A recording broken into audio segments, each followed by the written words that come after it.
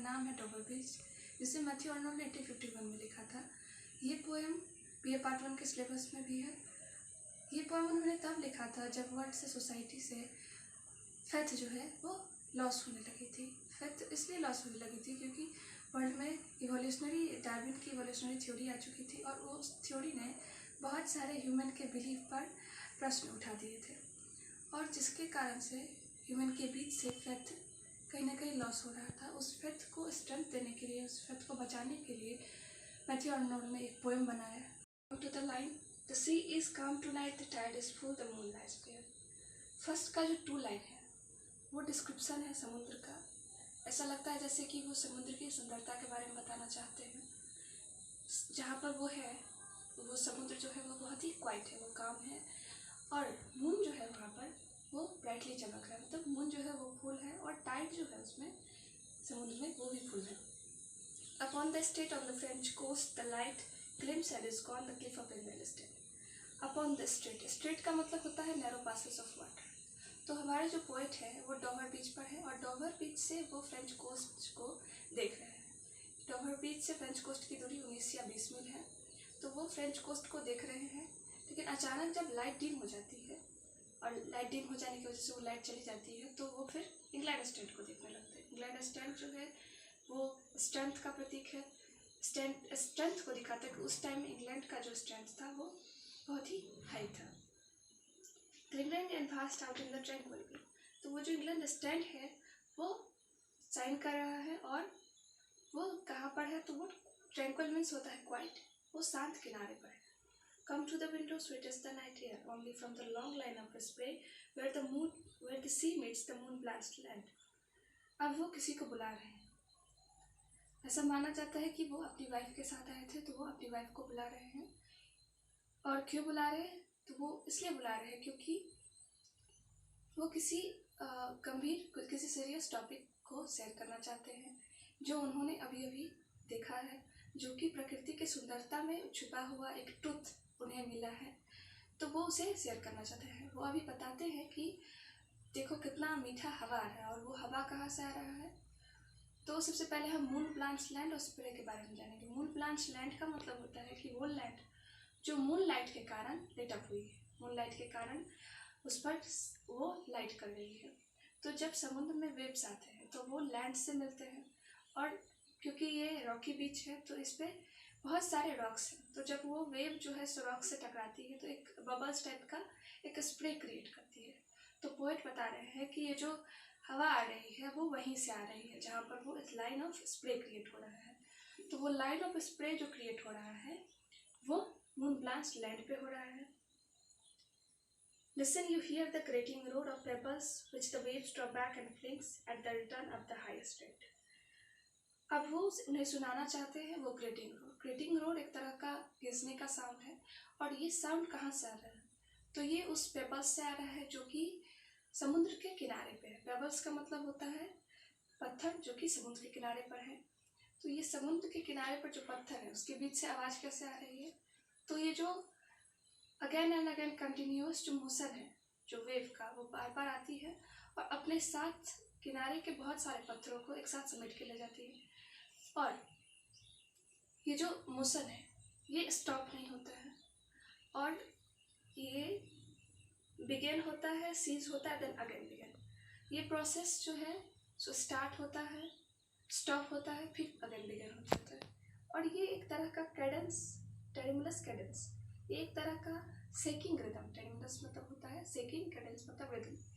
ये एक तरह का सेकिंग रिदम क्रिएट करता है जो कि स्लो है, लेकिन ये जो पत्थरों के बीच का टकराहट है, ये जो वेव जो आ रहे हैं उसको अपने साथ खींच के ले जा रहे हैं और फिर उसको अगेन थ्रो बैक कर देते हैं किनारे पे, और इसका साउंड, ये सब मिला करके पोएट को बहुत ही सैडनेस नोट क्रिएट करता है उनके अंदर। ये जो प्रोसेस है जो कि विंडलेस प्रोसेस है, वो पोएट के अंदर एक मेलंकली फील क्रिएट करता है। जो कि पोएम अब तक एक चेयरफुल था नोट पे था, अब ये एक मेलंकली नोट पे चला गया है। सेकेंड स्टेंजा पे आते हैं। Sophocles long ago heard it on the Aegean and brought it into his mind the turbid ebb and flow of human misery. Sophocles कौन है? सोफोक्लिस एक ग्रीक ड्रामेटिस्ट है।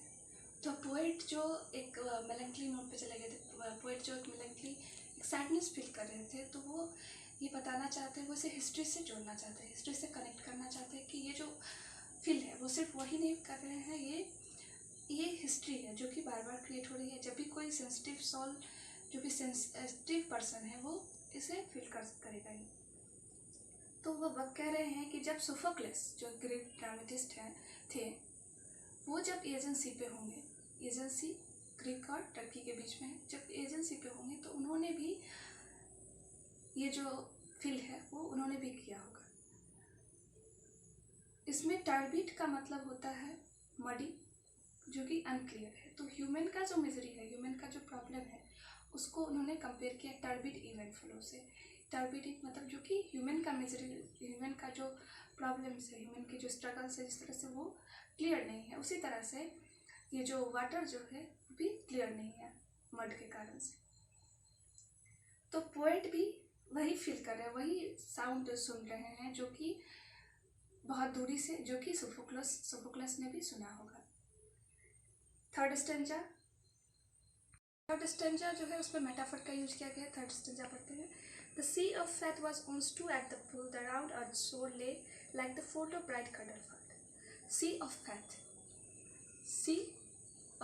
का यूज किया गया यहाँ पर, मतलब समुद्र का जो पानी है वो फैथ है, मतलब समुद्र ह्यूमैनिटी है और उसके अंदर जो पानी है वो फैथ है।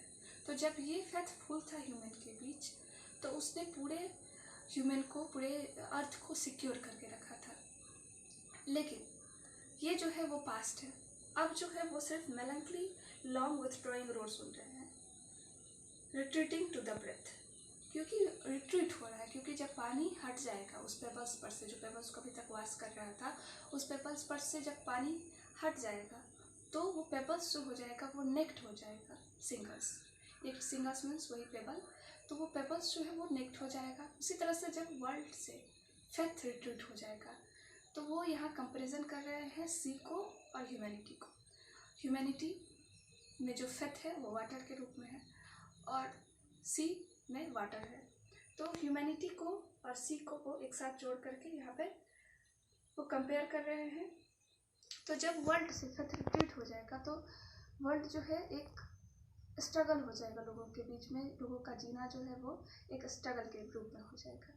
तो जैसे पानी जो है पेबल्स पर से जब हट जाएगी, तो वो जो पेबल्स है उसके बीच से सिर्फ विथड्रॉइंग रोड आएंगे और वो पेबल्स जो है वो बहुत ही सुनसान, जो किनारा है वो बहुत ही सुनसान हो जाएगा। स्टेंजा को पढ़ेंगे। Ah love, let us be true to one another, for the world which seems to us lie before us like a land of dreams, so various, so beautiful and so new. अब जो last stanza है उसमें वो अपनी wife से, अपने companion से वो अर्ज कर रहे हैं, अपने कंपेनियन से वो रिक्वेस्ट कर रहे हैं कि उनकी जो वाइफ है उनसे वो कह रहे हैं कि हम दोनों को एक दूसरे के साथ फैथ रखना चाहिए, हम दोनों को एक दूसरे पे भरोसा रखना चाहिए अगर इस दुनिया में रहना है तो। क्योंकि ये जो वर्ल्ड है वो जो बहुत ही इसमें वैराइटीज़ है, जो कि बहुत ही हमें न्यू दिखता है, बहुत ही हमें सुंदर दिखता है, बहुत ही आकर्षक दिखता है, लेकिन रियली में इसमें कोई हैप्पीनेस नहीं है। रियली में hath really neither joy nor love nor light. Reality में इसमें कोई उत्साह नहीं है, कोई पेन के लिए कोई रेमेडीज़ नहीं है, कोई सर्टेनिटी नहीं है, कोई अनिश्चितता नहीं है। यहाँ पर कब क्या हो जाए वो किसी को भी पता नहीं है। यहाँ पे शांति भी नहीं है। तो वो इस लास्ट स्टेंजा में अपनी वाइफ से रिक्वेस्ट कर रहे हैं कि उन्हें एक, तो अगर इस वर्ल्ड में रहना है तो उसका सिर्फ और सिर्फ एक ही तरीका है कि एक दूसरे पर भरोसा रखना। ये सिर्फ एक कंपेनियन पे नहीं, ये पूरे ह्यूमैनिटी पे के बारे में है कि पूरे मानव पर, सभी पर भरोसा रखना, सभी पर विश्वास रखना। और अगर ये नहीं होगा, and here we are on the darkling plain, swept with confused alarm of struggle and fight, where ignorant armies clash by it. और ये जो वर्ल्ड है वो अब एक डार्कलिंग प्लेन बन चुका है। अब हम एक डार्कलिंग प्लेन पर हैं। डार्कलिंग प्लेन जो है वो उनकी जो हिस्ट्री है, तो हिस्ट्री में एक पेलोपोनेशियन वार हुआ था, जिसमें जो लाइट ना होने की वजह से पूरा लैंड जो था वो डार्क था। इस कारण से जो सोल्जर थे वो अपने ही आर्मीज़ को वो मार रहे थे। तो वर्ल्ड भी जो है उससे ये कंपेयर करते हैं वर्ल्ड को कि वर्ल्ड भी वैसा ही हो जाएगा। जब वर्ल्ड से फैथ रिट्रीट हो जाएगा तो वर्ल्ड जो है वो अंधा हो जाएगा, वो एक डार्कलिंग प्लेन पे आ जाएगा।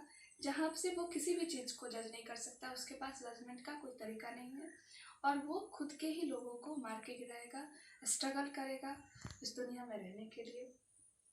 Where ignorant armies are clash by night. तो ये जो फाइट होगा जहाँ पे लाइट नहीं होगी, तो इस फाइट में बहुत सारे आर्मीज जो है वो मारे जाएंगे, मार के गिराए जाएंगे, एक दूसरे के साथ लड़ाई होगी, क्योंकि इंसान के बीच में फेथ नहीं रहेगा। Thank you.